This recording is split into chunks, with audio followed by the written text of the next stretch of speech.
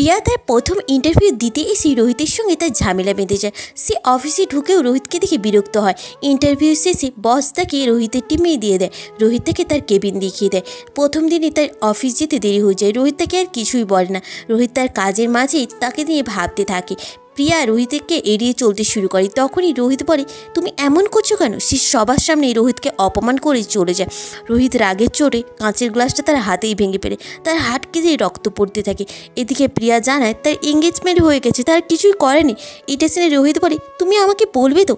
আমি জানতাম না। ওই দিন সে সবাইকে তার বিয়ের কার্ড দিয়ে নিমন্ত্রণ করে। তারা অফিস শেষে বাড়ি ফেরার সময় রাস্তায় একটি ঝামেলা দেখে রোহিত তাকে বসতে বলে নেমে চলে যায়।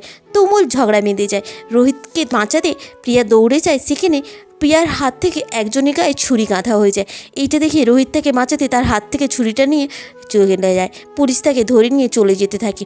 প্রিয়া তাকে কিছুই করতে পারে না। প্রিয়ার বিয়ের দিন সে আর বিয়ে না করে দৌড়ে সে রোহিতের কাছে চলে আসে।